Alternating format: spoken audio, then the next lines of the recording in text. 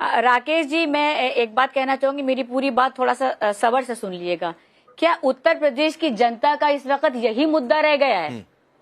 चुनाव करीब आ रहे हैं, मैं जानती हूँ उत्तर प्रदेश की जनता भी बहुत समझदार है। हिंदू मुसलमान, हमारे हिंदू भाई मुसलमान भाई सब धर्म के भाई बहुत समझदार है और सबको पता है चुनाव आ रहा है।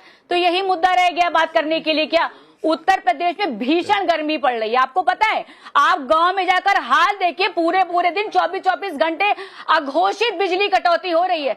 मक्का की फसल तैयार खड़ी है, किसान परेशान है। आप शहरों में आइए, 12-12 घंटे बिजली नहीं आ रही है। सरकार ये कहती है कि घरों में रहिए, आप लू से बचने के लिए, गर्मी से बचने के लिए घरों में आप बिजली काटे, पानी की समस्या हो रही। आप लोग जमीनी मुद्दों की बात क्यों नहीं कर रहे हैं? क्या उत्तर प्रदेश की जनता की यही रह गया है? नीट के पर्चे के लीक होने के बाद लखीमपुर के एक बच्चा, आपने नाम सुना होगा, ऋत्विक मिश्रा, उसने सुसाइड करा, 3 बच्चों ने और सुसाइड करा। तो हमें इस पर बात ना कर हम इन मुद्दों पर बात कर रहे हैं। मुझे बहुत शर्मिंदगी, मुझे अफसोस हो रहा है कि हमारे पास यही मुद्दे रह गए। आप ये सोचिए, भीषण गर्मी पड़ रही है, लोग निकल नहीं पा रहे। मैडम, क्या कितने मैडम सुनिए, आपने कितने, मैडम सुनिए, पहले सुनिए मैडम, सुनिए, 1 मिनट सुना ना आपको।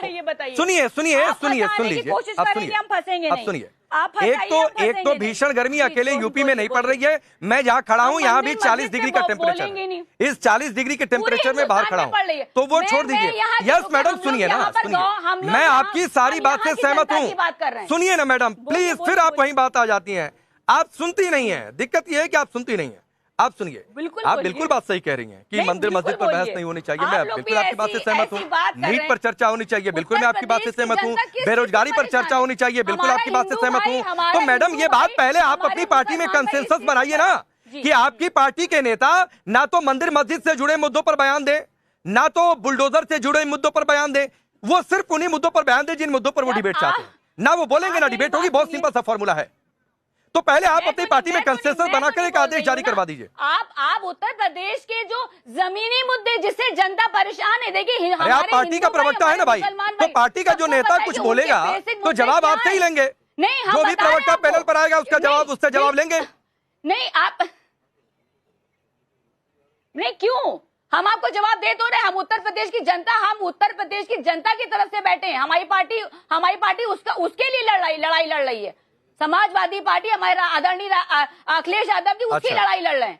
हम लोग को 2000 की जो हमारी जो चुनाव की जो लड़ाई है, हमारे जो उत्तर प्रदेश की जनता के मुद्दों पर है, बेसिक मुद्दे, उसके लिए वो परेशान है, उसकी बात नहीं हो रही है। ठीक है, हम हिंदू मुस्लिम पे नहीं जाएंगे। सुनिए ना मैडम, सुनिए एक मैडम, एक और छोटा सवाल है, फिर मैं राकेश त्रिपाठी पर जाऊंगा। एक और छोटा सा सवाल है। आप कह रही हैं कि आप यूपी से हैं, मैं भी यूपी से हूँ मैडम, मैं भी यूपी से ही हूँ। दूसरी बात है, आपकी यूपी से एक और नेता है, आजकल तो बड़े मंचों पर भी दिखते हैं। कुछ दिन पहले उन्होंने ब्राह्मणों को लेकर अभद्र टिप्पणी की थी, मैंने सुना है आला कमान से डांट भी पड़ी थी। उसके बाद उन्होंने माफी भी मांगी थी। तो ये मैं वही कह रहा हूं, कंसेंसस आपको नहीं पता है कि आपको लड़ना किस मुद्दे पर है।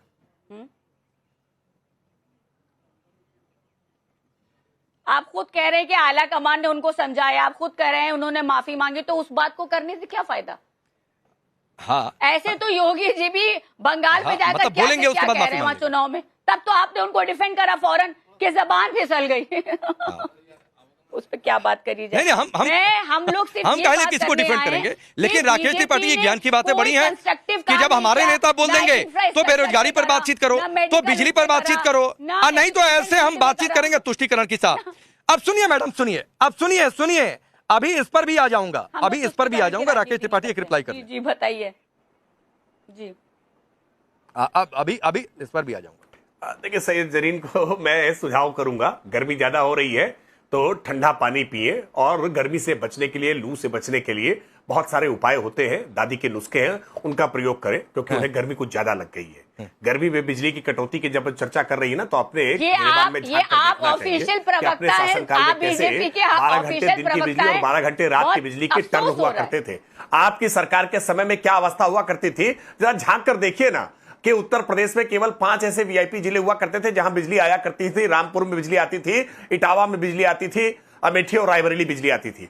तो आपके कार्यकाल में केवल वीआईपी जिलों को बिजली होती थी। आज उत्तर प्रदेश के सभी जिलों में बिजली आ रही है, और देश भर के सभी 18,000 वो राज्य, वो गांव जहां बिजली नहीं पहुंची थी 2014 तक, केंद्र में प्रधानमंत्री मोदी जी के आने के बाद से हमने उन 18,000 गांवों को भी हर मजरे को आज बिजली से रोशन करने का काम किया है। आज हमने उजाला योजना के तहत मुफ्त कनेक्शन देकर के हर गरीब के झोपड़ी तक बिजली पहुंचाने का काम किया है। इसलिए आपको बिजली पर कहने का कोई नैतिक अधिकार नहीं है। भारतीय जनता पार्टी की सरकार लोगों की सुविधाओं का ध्यान रख रही है और गर्मी में हम सबसे अपील भी कर रहे हैं कि ज्यादा से ज्यादा पानी पिए, अपने आप को गर्मी से बचा करके रखें। प्रचंड लू चल रही है, घरों के भीतर रहे, ज्यादा से ज्यादा इस बात के लिए हम प्रयास कर रहे हैं। आप भी प्रयास करें और मैं आपसे अपेक्षा करूंगा जरीन जी, आपको चिंता है ना, तो कुछ ही दिन में बरसात आने वाली है, कुछ पेड़ पौधे लगाइएगा, पर्यावरण के प्रति अपना कमिटमेंट दिखाइएगा। ऐसे समझ में नहीं आता है, मैं अपने टर्म में बोलूंगी। बोलिए बोलिए बोलिए। अब मैं बोलूं? हाँ, मैं राकेश जी, आप इतनी चीजें गिना रहे थे कि हमारे कार्यकाल में इतने जिलों को स्पेशल बिजली दी जाती है, तो आपको उत्तर प्रदेश की जनता ने चुना था। आप यहाँ पर सिर्फ हमारी कमियों को कंपैरिजन में आए। आप बेहतर सुविधाएं क्यों नहीं दे रहे उत्तर प्रदेश की जनता को? 2 टर्म्स में आपको चुना गया, आप बेहतर सुविधाएं क्यों नहीं दे रहे? आप कह रहे हैं, आप हमें उपाय बता रहे हैं गर्मी से बचने के लिए कि पानी पी लीजिए। आपको पता है, आप निकल कर जाइए उत्तर प्रदेश के गांव में जाइए, जब बिजली नहीं आती सबसे बड़ा संकट पानी का होता है। पानी भी नहीं है किसानों के पास, लोगों के पास। आप क्या बात कर रहे हैं राकेश जी? मुझे बहुत अफसोस हो रहा है, मुझे बहुत दुख हो रहा है कि आप इतनी बड़ी आपकी तो 2 इंजन की सरकार है और आप ऐसी बात कर रहे हैं इतने बड़े चैनल पे बैठ करके। ठीक है, सुनिए, एक बड़ी खबर है, ये बताते हुए मैं डिबेट पे आगे बढ़ूंगा। एक बड़ी खबर है जरीन जी, मैं आता हूं मैडम, मैं आता हूं। एक बहुत बड़ी खबर है, एक बहुत बड़ी खबर है इस डिबेट से अलग, वो बताते हुए मैं आगे बढ़ूं। ट्विशा केस में इस वक्त की बहुत बड़ी खबर सामने आ रही है। कोर्ट में सरेंडर करने पहुंचा है आरोपी समर्थ। जबलपुर कोर्ट में किसी भी वक्त समर्थ का सरेंडर हो सकता है। जबलपुर कोर्ट ने सरेंडर लेने से इनकार भी कर दिया है। कोर्ट ने संबंधित अदालत में जाकर सरेंडर करने के लिए कह दिया है। समर्थ के वकील इस समय भोपाल कोर्ट में मौजूद है। तो ये इस समय की बड़ी खबर, समर्थ को लेकर बहुत सारी बातें, कहाँ है नहीं है, दोबारा पोस्टमार्टम के भी आदेश इससे पहले जारी किए जा चुके हैं। लेकिन अब ये बड़ी खबर आ रही है, समर्थ को लेकर किसी भी वक्त समर्थ जो है वो सरेंडर कर सकता है जबलपुर में। जबलपुर कोर्ट में पहले वो भोपाल पहुंचा हुआ था, भोपाल कोर्ट ने मना कर दिया और कहा कि जाइए आप संबंधित जो कोर्ट है, अदालत है, जबलपुर जो अदालत है उसमें जाकर आप सरेंडर करिए। तो ये इस समय की बड़ी खबर और पूरे देश में इस बात को लेकर चर्चा थी कि जो आरोपी समर्थ है उसको लेकर कोई बड़ा एक्शन कब होता है। ट्विशा केस में इस वक्त की बहुत बड़ी खबर है। ट्विशा केस की जो पूरी गुत्थी है वो किस तरीके से सुलझेगी, कहां जाकर सुलझेगी, 10 दिन बाद भी अभी अंतिम संस्कार की प्रक्रिया नहीं हो पाई है। ये अपने आप में एक बहुत बड़ी बात है।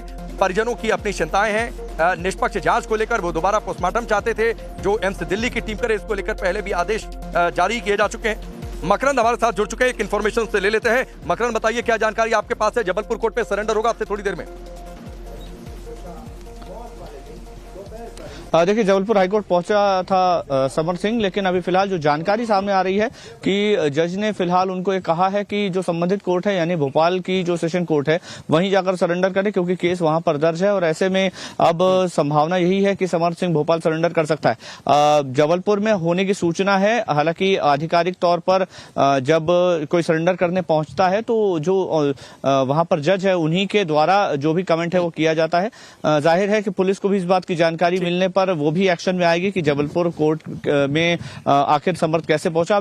ये कहीं ना कहीं पुलिस की कार्यप्रणाली पर सवालिया निशान खड़ा करता है कि इस तरह से गंभीर लापरवाही कैसे हुई, कैसे एक व्यक्ति आसानी से जाकर वहां पर हाईकोर्ट पहुंचता है, जबलपुर के हाईकोर्ट में, और जाकर सरेंडर का प्रयास करता है। अब सरेंडर वहां अगर नहीं होता है तो फिर एक ही ऑप्शन बचता है समर्थ सिंह के पास, क्योंकि जिस तरह से अग्रिम जमानत की याचिका वापस ली गई थी, यही संभावना जताई जा रही थी कि सरेंडर कर सकता है समर्थ, और अभी वैसा ही हुआ। ठीक है, चलिए मकरंद, दोबारा हम आपसे संपर्क करेंगे इस पूरी खबर पर जानकारी के लिए। जबलपुर कोर्ट ने कहा है कि जाइए भोपाल की सेशन कोर्ट में, जहां पर यह मामला है वहीं पर सरेंडर करिए, यहां पर हम सरेंडर नहीं लेंगे। अब आगे देखिए इस पूरे मामले में क्या होता है। बहुत बहुत शुक्रिया।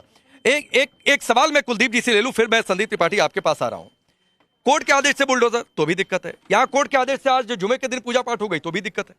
बिल्कुल, देखिए, लैंड जिहाद हो, तुष्टीकरण हो, इस समय चरम पर है। आप कोर्ट के आदेश की अवहेलना कर रहे हैं। धार में भी यहाँ पर भी बात हो रही थी कि हम कोर्ट का आदेश नहीं मानेंगे। बात हो रही थी कि हम यहाँ पर शुक्रवार के दिन नमाज पढ़ेंगे। वो तो पुलिस प्रशासन की मुस्तैदी है और पुलिस प्रशासन की सख्ती है। इसके लिए जिद थी कि आज नमाज पढ़ेंगे, सख्ती से माने। बिल्कुल, ये जिद थी इनकी और बयान भी जारी हो रहे थे और लगातार कहा जा रहा था कि नहीं, हम यहाँ पर नमाज पढ़ेंगे। भाई, जब कोर्ट ने आपको आदेश दे दिया। अच्छा, अभी बात जब आप कह रहे थे कि एएसआई रिपोर्ट की, तो रिपोर्ट में क्या रिपोर्ट पेश करने का मौका आपको कोर्ट में नहीं मिला था? कोर्ट में आपने रिपोर्ट पेश किया था ना, वहां पे आपके वकीलों ने बहस की थी ना। आप झूठा बरगला करके टीवी पे बैठ करके डिबेट में केवल उल्टी सीधी बातें करते हैं और देश का माहौल खराब करने की बात करते हैं। अभी कोर्ट के आदेश से अगर बांद्रा पे वहां पे बुलडोजर चला, अगर बुलडोजर क्यों नहीं मानेंगे कोर्ट का आदेश? अगर कोई अवैध अतिक्रमण है उसको हटाया जा रहा है तो क्या दिक्कत है? मतलब आप चाहते हैं कि जिस तरीके से पश्चिम बंगाल में आपने अवैध अतिक्रमण करके रखा हुआ था, हर जगह मस्जिद बना के रखी है अवैध, हर जगह अवैध कब्रिस्तान बना के रखे, हर जगह अवैध मदरसे बना करके रखे, अगर उनकी जांच हो रही है, अगर कोर्ट के आदेश के बाद उनको गिराया जा रहा है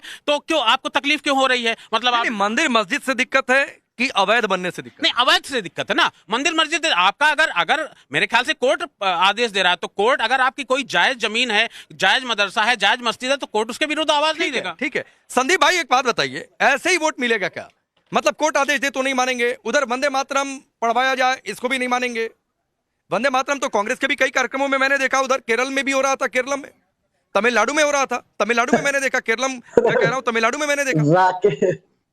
राकेश जी, अगली पार्टी जो राकेश त्रिपाठी वाली पार्टी है, आपके नामा राशि वाली, वंदे मातरम का सर्वप्रथम विरोध यही करते थे। ये नमस्ते वत्सले वाले लोग हैं। वंदे मातरम तो अब ये करने लगे, तो जैसे ये करने लगे वैसे जो आज विरोध कर रहे हैं वो कल करने लगेंगे। जब ये सुधर सकते हैं इतने वर्षों के बाद तो वो भी सुधर जाएंगे, पहली चीज। लेकिन एक बात और मैं कहूं, कोर्ट का आदेश सबको मानना चाहिए। कांग्रेस का सुन लीजिए, अरे पहली चीज में क्लियर कर दीजिए कि आप कह रहे हैं कि कल सुधर जाएंगे, तो आप ये पश्चिम बंगाल के मदरसा संचालकों को ये बात बोल रहे हैं? बिल्कुल, जो भी वंदे मातरम को नहीं मानते हैं वो कल मानने लगेंगे। हम कह रहे हैं कि भारतीय जनता पार्टी नमस्ते वत्सले करते करते वंदे मातरम पे आ गए ना, तो ये आ सकते हैं जो कि कभी तिरंगा नहीं फहराते थे, तिरंगा पे आ गए, राष्ट्रगान पे आ गए, नमस्ते वत्सले भूल के बहुत सारी चीजों को इन्होंने अडॉप्ट कर लिया हमारी चीजों को, तो वैसे वो भी आ जाएंगे, पहली चीज। दूसरी चीज, एक बात अभी समझिए सर, देश का कोर्ट का निर्णय है, मानना चाहिए आपको, जो है आगे मौका है वहां पर आपको जाना चाहिए। लेकिन दुर्भाग्य आज ये है देश का युवा रोजगार के लिए परेशान है। उत्तर प्रदेश का मतलब 43,000 होमगार्ड की वैकेंसी में 25 लाख युवा फॉर्म भरे थे सर, इसी उत्तर प्रदेश में। अभी राकेश जी ने बिजली के संदर्भ में कैसा कैसा झूठ बोला, जरा बताइए साहब राकेश त्रिपाठी जी, मेरा समय इनको दे दीजिएगा, जरा इनसे एक पूछ लीजिए सवाल कि आपने इस 10 साल में कितने पावर प्लांट लगाए। अखिलेश जी का मैं प्रवक्ता नहीं हूं, लेकिन मैं बता देता हूं, 10 पावर प्लांट तो मैं बता देता हूं जो 5 साल में लगे थे। आप एक सौर ऊर्जा का प्लांट के अलावा नाम नहीं गिना पाएंगे। आप कहेंगे कि बजट बढ़ाया, हमने इसको विस्तार दिया या फीता काटा। आप काम कुछ नहीं करते हो, जो किया है वो रानी चेरिया के तरीके से एक जब समय दे दिए संदीप भाई, अरे जब समय दे दिए राकेश त्रिपाठी को तो जवाब ले लेता हूँ। अरे अभी आप बोले समय दे दिया, नहीं बिल्कुल दे दीजिएगा, आगे का समय दे दीजिएगा, मेरी बात हो जाए पूरा इनका समय दे दीजिएगा। अभी सौभाग्य योजना की बात की इन्होंने, मुफ्त कनेक्शन की बात की, सरासर झूठ बोलते हो साहब आप। उसमें 600 रुपए आपको लेना था जो कि बिजली के बिल में जुड़ के आता था। तीसरा, उसके बाद आपने उसको 1100 रुपए किया, उसमें जिसमें 1100 जमा नहीं हुआ, जितने भी सौभाग्य योजना कनेक्शन थे सबके बेचारों के कनेक्शन कैंसिल हो गए। हमारे यहाँ अभी रेट पड़ी, जो है हरजन बस्ती में बेचारे 10 लोग जुर्माना भरे, 40,000, कोई 50,000। आप झूठ कितना बोलते हो। और अभी आपने कहा 18,000 गांव में बिजली पहुंचाई, तो ये क्यों नहीं बताते भैया कि 6,32,000 गांव है इस देश में। अच्छा, 12,000 हमारा ये था, संदीप त्रिपाठी हो गया, 12,000 गांव हमारी कांग्रेस ने पहुंचाई और 4,000 आप पहुंचा के डंका पीटते हो। कितना गुमराह करोगे देश को। अरे संदीप भाई हो गया, तो बड़ी बात नहीं कर लिया। और सुनिए, अरे यूपीए गवर्नमेंट पहुंचाई, अरे सुनिए ना, अरे यही है मीडिया मैनेजमेंट, यही है फ्रॉडगिरी। मैं ये कह रहा हूँ, आपने कहा कि कोर्ट के आदेश से जो हो वो ठीक है, तो कोर्ट का, अरे सुनिए ना भाई, अरे राकेश त्रिपाठी जी की पूछिए ब्राह्मणों की स्थिति क्या है। अरे संदीप त्रिपाठी सुनिए, ये राकेश त्रिपाठी